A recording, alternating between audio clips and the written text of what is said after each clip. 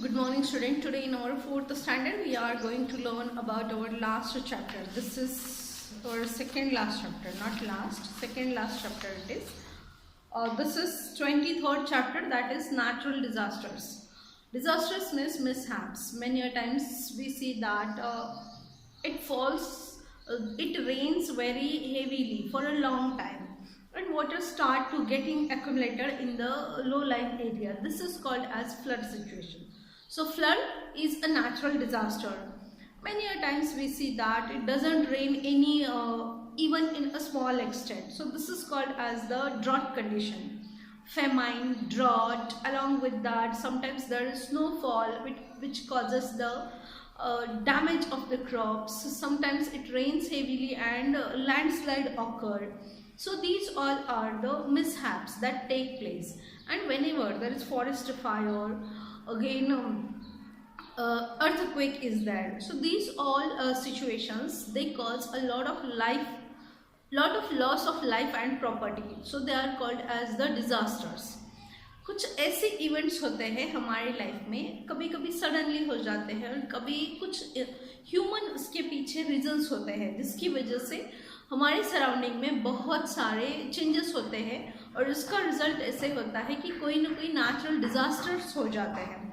जैसे हम देखते हैं कि कभी देखो बहुत ज़्यादा रेनफॉल होता है, तो बहुत ज़्यादा रेनफॉल होने से सराउंडिंग एरिया में वाटर जो है वो कलेक्ट होने लगता है.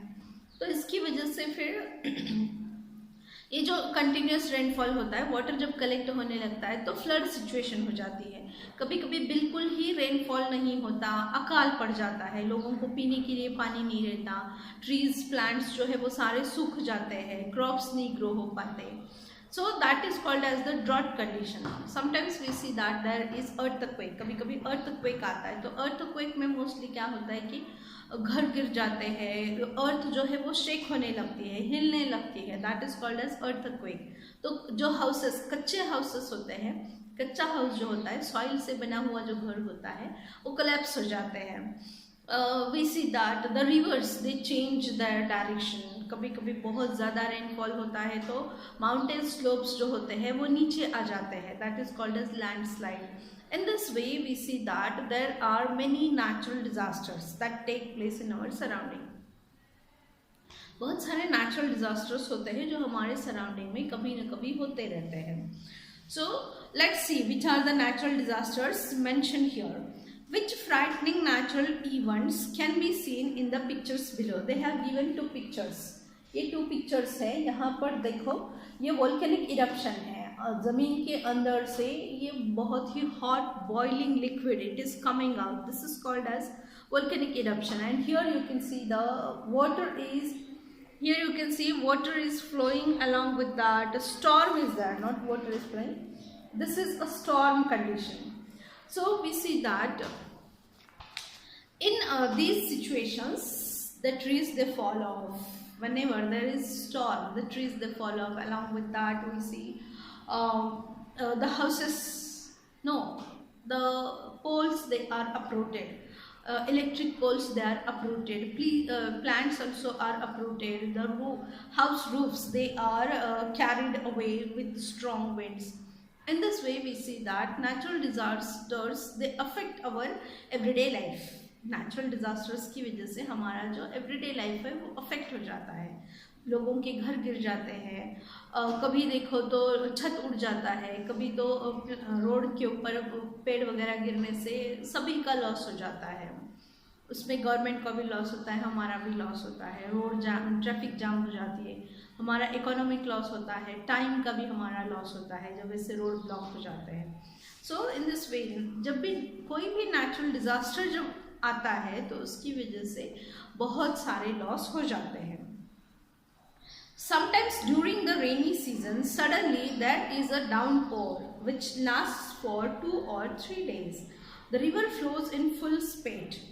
It may even overflow its banks and enter nearby settlements. What is the name given to such a rise in the level of river water? कभी कभी हम देखते हैं कि कंटिन्यूस रेनफॉल होता है और उस रेनफॉल की वजह से सराउंडिंग एरिया में वाटर जो है वो जमा हो जाता है. सपोज किसी विलेज के साइड में रिवर है तो रिवर का वाटर जो है वो धीरे धीरे उसका लेवल जो है वो बढ़ने लगता है। कभी कभी तो कंटिन्यूस, अगर रेन कंटिन्यूस 4-5 दिन के लिए स्टॉप नहीं होता है या थोड़ा थोड़ा स्टॉप होता है और एक बार थोड़ा स्टॉप होता है, फिर से बहुत ज़ोर से रेनफॉल होता है, तो ऐसे सिचुएशन में हम देखते हैं कि रिवर्स जो है वो ओवरफ्लो होने लगते हैं। मतलब जितनी उसकी कैपेसिटी है उससे ज़्यादा उसमें वाटर आ जाता है।